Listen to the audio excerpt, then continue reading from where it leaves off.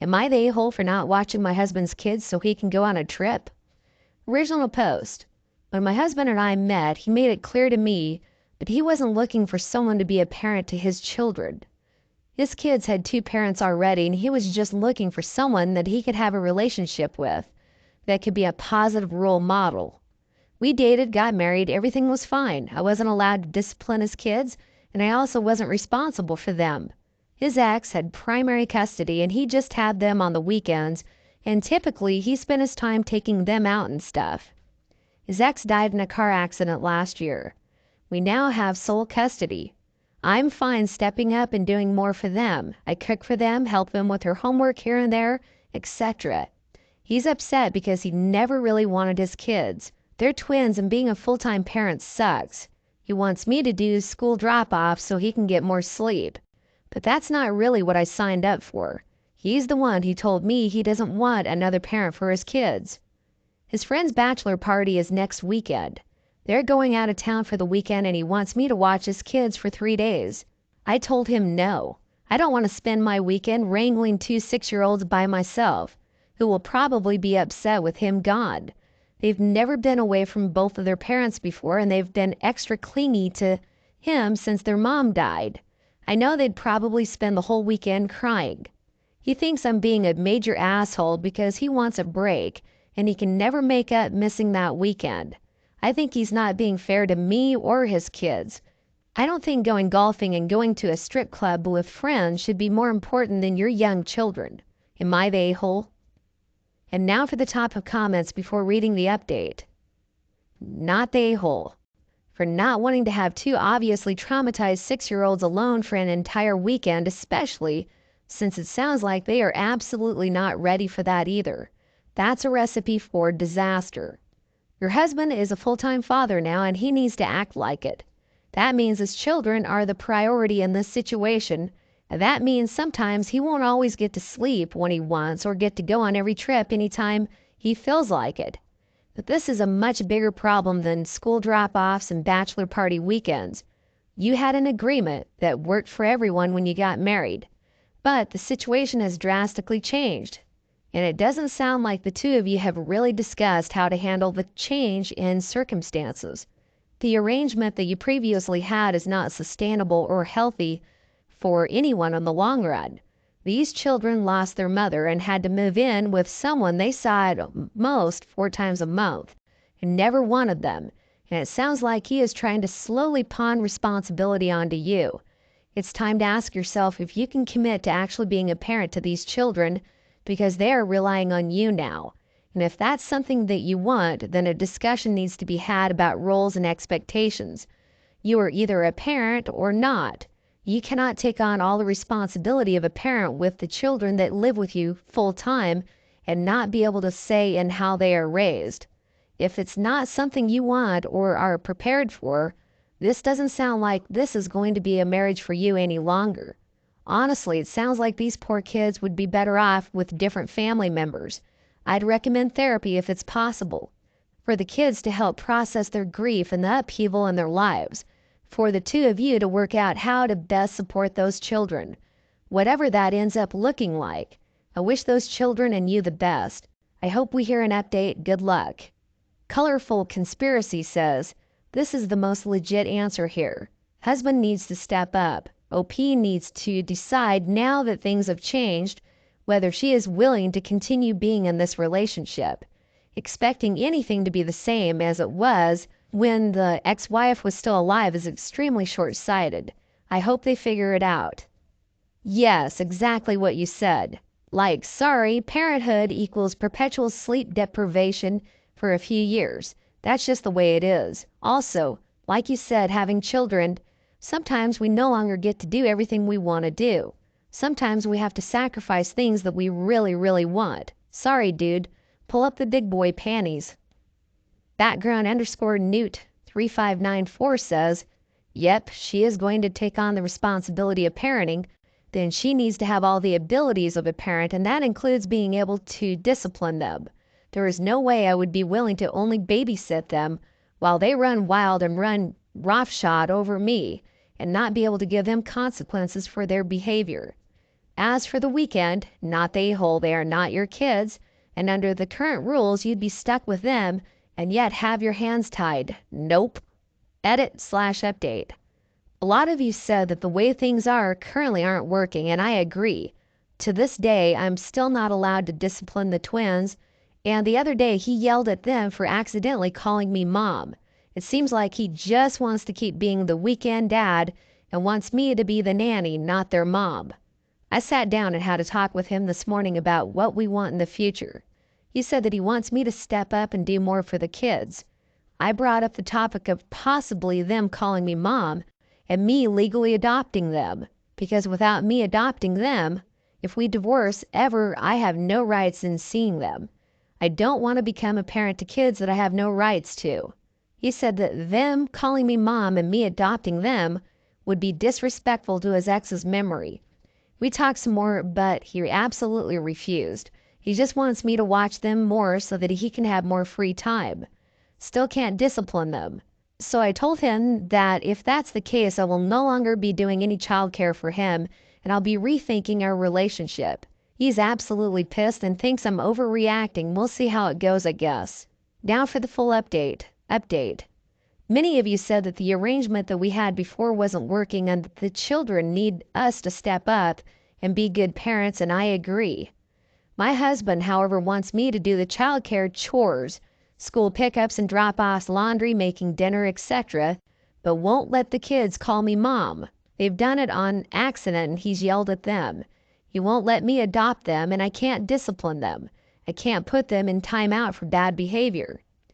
Basically, he wants me to do the chores to make his life easier while he's their only real parent. I mentioned to him my concerns, but I don't think it's fair to them to deny them a mother when they obviously want one. I also don't want to build a stronger emotional bond with the children than I have no legal rights to. I couldn't imagine that I become their full-time caretaker and then we get divorced and I never get to see them again. That wouldn't be fair to me or them. The woes of being a step-parent, I guess. Despite all my concerns, he's not budging. I've told him that in that case I want a divorce. I contacted a divorce attorney that's a personal friend yesterday, and I was advised to give him 30 days notice to move out. Before starting on the eviction process, the house is mine from before we were married. My husband is mad because I am the breadwinner, $200,000 versus $40,000, and he can't afford to house his children in the same school district and give them the same quality of life. He wants me to give him my house for the sake of the children, yet I don't think he's ever cared that much about what's best for them. I'm terribly sorry for the kids, but their mom died and their dad sucks as a parent. But I can't resolve myself to be an unpaid babysitter for their sake. It's obviously I wasn't being viewed as an equal partner. I think I'm done dating parents. My cat is done dealing with kids too. Edit. Guys, he's not getting alimony. I live in an anti-alimony state and we were married a year. We also have a prenup.